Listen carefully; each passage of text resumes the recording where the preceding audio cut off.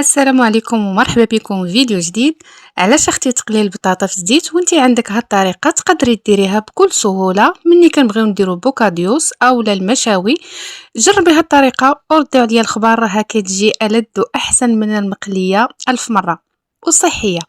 بالنسبه للبطاطا كناخذ 3 أو 4 بحجم العائله، كتبقى الكميه بحسب عدد افراد العائله. كنقيها وكنقطعها هكا كيف ما شفتوا معايا دوائر، كندير لها شويه ديال الملحه، شويه ديال البزار، تحميره، كندير شويه ديال الزعتر اللي سبق لي وجدت معاكم، والزيت العود.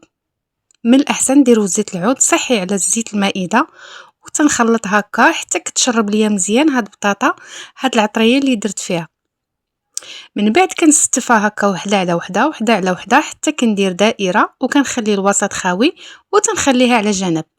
كندوز واحد البصله تكون متوسطه الحجم، كنقيها وحتى هي كنقطعها دوائر.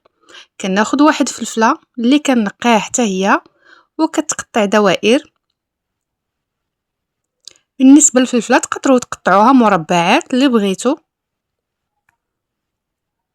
كناخذ صدر ديال الدجاج كنقطعوه هكا شرائح طوليين، ومن بعد كنرجع نقطعهم مربعات. من الاحسن ديروا مربعات شويه كبار، حيت الا درتوهم صغار فغادي يدخلوا الفران غادي يكرموا ما يجوكمش فتيين وزوينين، فمن الاحسن ديرهم كبار. بصله باودر اختياريه، وكنزيد عليها البزار، سكينجبير والتحميره وشويه ديال الكمون والخرقوم البلدي، شويه ديال الربيع، وتنخلط كلشي مزيان. من الاحسن ديروا هاد الطريقه وخليوها تقريبا واحد نص ساعه تشرب هاد العطريه هذه باش تجينا لذيذه بزاف. من بعد كناخذ تناخذ عود ديال الشواء، كندير 2 طروفه ديال الدجاج وطرف واحد ديال الفلفله، وكنزيد هكا 2 طروفه ديال الدجاج ووحده فلفله. وإلا عندكم طوماط سوغيز ديروها حتى هي، فراه كيجي المنيضر زوين بزاف. انا ما عنديش، عندي غير كبيره فما درتهاش. ولا ما عندكمش ديروا غير الطريقه حتى هي راه كتجي زوينه. كنستمر بحال هكا حتى كملت القطبان كلشي اللي عندي. هنا في الوسط كندير بصله كيف ما كتشوفوا، ودرت مطيشه اللي قطعتها على 4، زينت بها بهذا الشكل حيت ما عنديش طوماط سوغيز ولا عندكم من الاحسن. ودرت مطيشه وحده شرائح درتهم الوسط، ودرت فوقهم هاد القطبان هادو على هذا الشكل، كنستفهم فوق الخضره. وتنزيد عليهم واحد الخطيطات ديال الزيت العود، حيت ما درتش الزيت العود في الدجاج فدرته غير هكا من الفوق صافي. وتندخلوا الفران، النار كتكون من الاسفل ومن الاعلى، الفرن كيكون ساخن، ونحاولوا انه نبعدوه من العافيه، يعني نهبطوه شويه لتحت باش ما يتحرقناش ويجي محمر ويجي طيب. كيف ما كتشوفوا معايا جاو القطبان ديال الدجاج اللحم فتي. وبالنسبه للبطاطا كيف ما كتشوفوا جات محمره وزوينه بزاف، ومطيشه طيبه والبصله طيبه. هنا درت واحد شويه ديال البصله باش غادي نرافق هاد البوكاديوسات اللي غادي ندير، غتشوفوا معايا من بعد. درت البصله اللي قطعتها شرائح، زدت عليها الربيع والملحه والبزار، وإلا بغيتو تضيفوا الكمون ضيفوه حتى هو. خديت هاد لي باغيط هادو اللي شريتهم زوينين بزاف كيف ما كتشوفوا محمرين. كنخويهم غير واحد شويه من البابه ماشي بزاف، وكندير بطاطا كنستف على هاد الشكل. كندير فوقها مطيشه اللي حتى هي جات زوينه صافي. تندير هكا واحد القطيب تنفرغو في هاد الباكيطه هادي، وكنحاول انني نسرحو.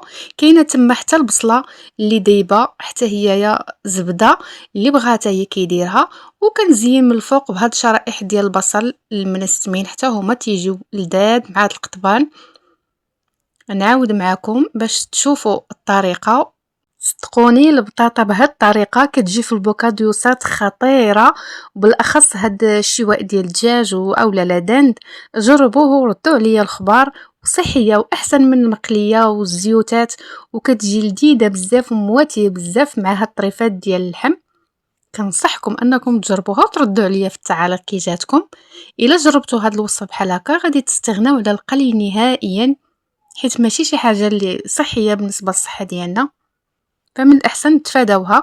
هاد الوصفه كتصلح انك تقدميها كبوكاديوس او لا تقدميها غير في الصحن.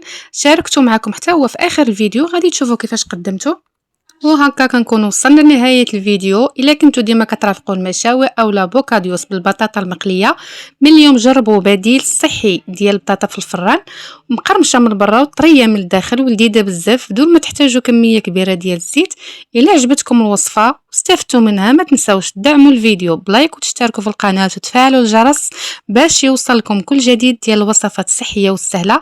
وإلا وصلتي حتى لهنا كنقول لك شكرا بزاف على وقتكم والثقه ديالكم، الله يجزيكم بكل خير. نلتقي ان شاء الله في وصفه جديده صحيه اقتصاديه ولذيذه، والى اللقاء في فيديو جديد بحول الله.